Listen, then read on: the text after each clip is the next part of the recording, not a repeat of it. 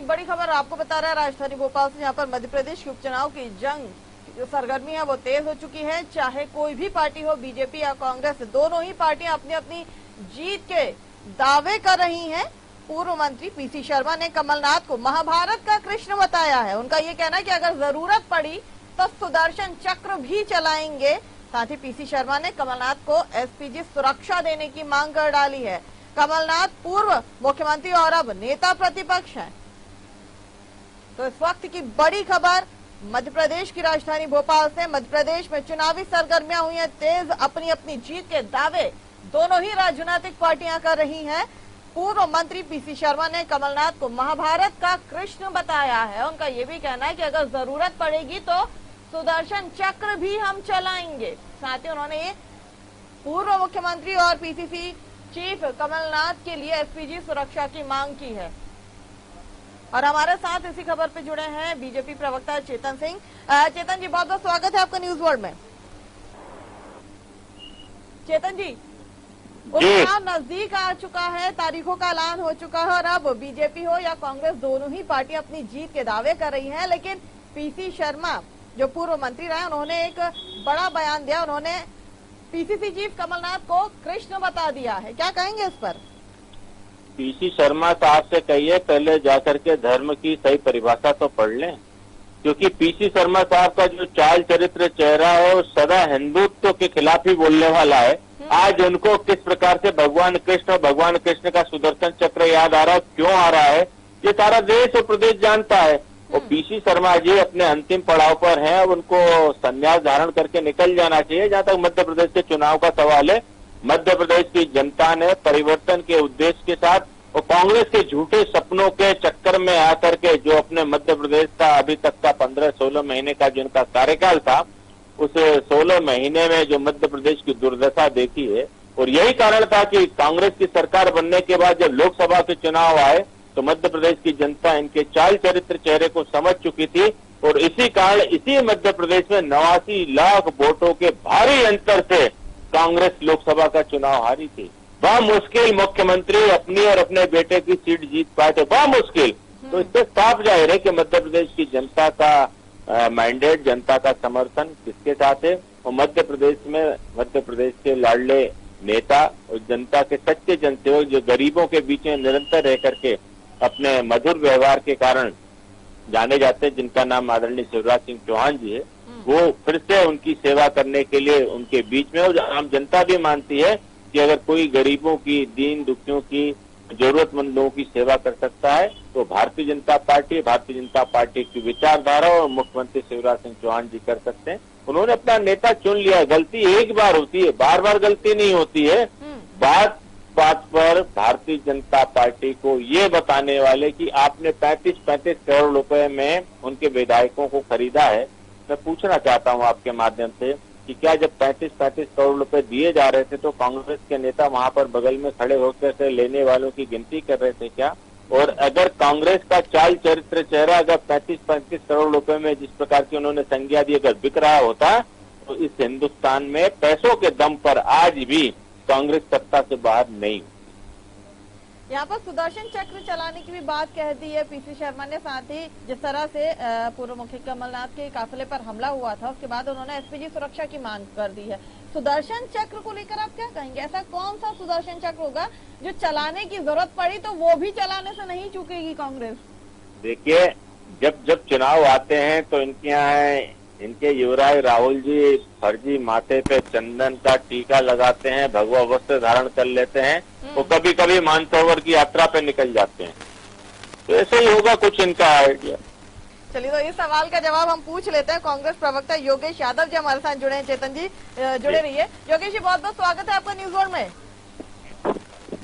Yogesh ji, PC Sharma ने कहा है कि अगर जरूरत पड़ेगी तो सुदर्शन चक्र भी चलाएंगे। साथ ही उन्होंने कमलनाथ जी को, पीसीसी चीफ को कृष्ण बता दिया है। क्या कहेंगे इस पर? क्या सुदर्शन चक्र है आपका?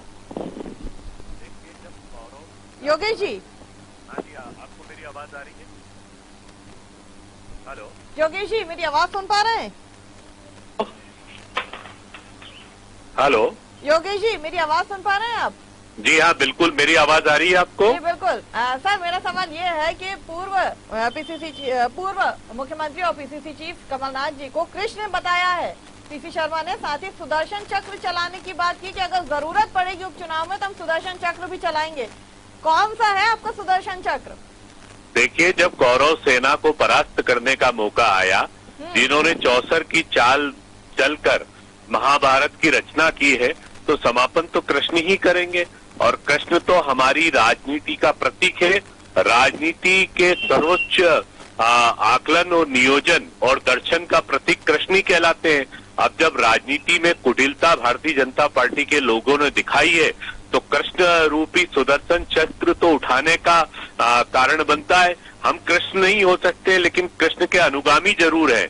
हम कम जरूर हैं, पांडव जरूर हैं, लेकिन आप जानते हैं पांडव ने परास्त किया था कौरव की सेना को। तो जो कौरव है, जिसमें सपूनी मामा भी है, धृष्टराज भी है, दुर्योधन भी है, उनको प्रयास करने के लिए यदि प्रयास किया जाता है तो सुदर्शन चक्र उठाना ये कांग्रेस के प्रत्येक कार्यकर्ता का कर्तव्य है। और भाई पीसी शर्मा जी ने यदि इसकी तुलना की है, पीसी भाई ने कहा है कि सुदर्शन चक्र का मौका आएगा, तो आपको मालूम है सुदर्शन चक्र कृष्ण भगवान ने जब उठाया था कि जब राक्षसों का संहार करना पड़ा था। तो हम ये तो नहीं कहते कि भारतीय जनता पार्टी के लोग राक्षस हो गए, लेकिन उनकी प्रवृत्ति, उनकी नीति, उनकी कूटनीति, जिससे मध्य प्रदेश रसातल की ओर चला जा रहा है, तो सुदर्शन चक्र उठाने में हमें कोई गुरेज नहीं रहेगा। चेतन जी क्या कहेंगे? मेरे मित्र योगेश जी, जिस कांग्रेस और कांग्रेस की विचारधारा ने भगवान श्री राम और कृष्ण और हिंदुत्व को लेकर के सारे प्रश्न पूछे थे, जो उनके अस्तित्व को इनकार करते हैं, स्वीकार नहीं करते हुए आज भगवान राम और कृष्ण की बात करते हैं, महाकाल की बात करते हैं। बड़ा ताज्जुब होता है। राजनीति का चाल चरित्र चेहरा क्या वोट बैंक के समय समय के हिसाब से बदलता रहता है क्या? तो मेरे मित्र जो पीसी शर्मा की बात करें, सुदर्शन चक्र, उनसे कहो वो रेत का चक्र उठाया था। मां नर्मदा को खोद खोद कर उनकी दुआएं नहीं लगी हैं आपको? मां नर्मदा का सीना छलनी करने वाला इस धरती पर कभी सुख ही नहीं रह सकता है। और यही हाल है पीसी शर्मा साहब का। पीसी शर्मा साहब का तो वो बुरा होगा क्योंकि जिन्होंने मां नर्मदा के आंचल को छलनी किया, उसमें सबसे पहला और सबसे बड़ा नाम अगर किसी का है तो पीसी शर्मा का है। इसलिए आप लोग भगवान राम और कृष्ण की बात मत करा करिए। आप बात करा करिए मुगल काल की, आप बात करा करिए उनके विचारों की, आप बात करा करिए दिग्विजय सिंह के 100% पंचमाल की जो महिलाओं को लेकर के इस प्रकार की सोच रखते हैं। आप कमलनाथ जी की बात कर रहे, कमलनाथ जी मुख्यमंत्री रहते हुए जिसे मानवता नाम का कोई शब्द नहीं था, मुख्यमंत्री निवास के जस्ट 100 मीटर पर दुर्घटना होती है, 12 लोग मृत्यु के काल के गाल में असमय समा जाते हैं। और ऐसे असहाय मुख्यमंत्री जो जाकर के एक बार उस घटनास्थल का दौरा नहीं करते। भोपाल राजधानी की घटना थी, गणेश विसर्जन के दौरान ये सारा घटनाक्रम हुआ। और जिस मुख्यमंत्री को सोने से फुर्सत नहीं, आज वो प्रदेश की बात करता है। आपकी सरकार को आपके घर के लोग आपकी नीतियों के कारण छोड़ करके चले जाते हैं। आप प्रदेश पे कहते हो भरोसा करें। अरे जिस पर घर का आदमी भरोसा नहीं कर सकता, उस पर प्रदेश का आदमी भरोसा कैसे करेगा? मुझे लगता है कि कांग्रेस के चाल चरित्र चेहरे को प्रदेश ने बहुत अच्छी तरीके से देखा है और देख रहा है। केवल इंतजार इस बात का है कि जो खिसियानी बिल्ली खंबा नोचने का प्रयास कर रही है, उसको भी नोचे लेने दो ना। आखिर खिसियानी बिल्ली है, खंबा तो नोचेगी। योगेश जी जल्दी से इस पे एक आपका कमेंट। आप ये बताइए कि मां नर्मदा के आंचल को किसने ध्वस्त किया? डंपर कांड का मुख्य आरोपी कौन है? शकुनी मामा के रूप में मां नर्मदा को ध्वस्त करने वाले और अरबों खरबों रुपया कमाने वाले आज चाल चरित्र चेहरे की बातचीत कर रहे हैं। मां नर्मदा की परिक्रमा करने वाले दिग्विजय सिंह जी हैं और पीसी शर्मा उनके अनुगामी वो हैं। और सबसे बड़ी बात है, भारतीय जनता पार्टी के लोगों को इस बात की तकलीफ हो जाती है कि जैसे कोई इनको ब्रांड प्राप्त हो गया है भगवान राम का, भगवान कृष्ण का, इनके अलावा कोई नाम ही नहीं ले सकता। जैसे ही हम भगवान कृष्ण और भगवान राम की स्तुति और उनकी सही महिमा का वर्णन करते हैं तो ये तिलमिल हो जाते हैं, क्योंकि ये राक्षस सुप्रीम कोर्ट में दायर किया बताइएगा पूरे आपके हलफनामे में बताइए भगवान राम के आप ठेकेदार नहीं है, कोई ब्रांडेड नहीं है। और ठेकेदार हम किसी के नहीं है, लेकिन हिंदुत्व पर उंगली उठाने का ठेका तो आप पर है ना। पार्टी का हिंदुओं को अपमानित करने का ठेका तो कांग्रेस पर है। अभी आप जो ध्वस्त हो रहे हैं, जो आपका पतन हो रहा है, वो देश अरे पतन किसका हो रहा, सारा देश देख रहा है। उत्तर प्रदेश आपका पतन, आप सरकार में आने के बाद पतन की ओर चले गए। आप लोगों को भगवान कृष्ण का, भगवान राम का श्राप है, जो उनके नाम पर राजनीति कर रहे हैं, ढोंग कर रहे हैं आप। भगवान का श्राप है, कांग्रेस का कुंडा खत्म हो गया। ये भगवान का श्राप है। कृष्ण के नाम भगवान के भविष्य पे प्रश्न चिन्ह उठाने वाले, तुम्हारा प्रश्न चिन्ह खत्म और कांग्रेस खत्म हो गई।